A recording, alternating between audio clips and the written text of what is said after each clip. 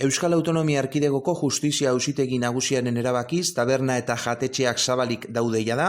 Eguraldiak lehen egun honetan ez du askorik lagundu, eta antza denez, gero eta erantzunkizun gehiagoz jokatzen du jendeak, salbuespenak salbuespen.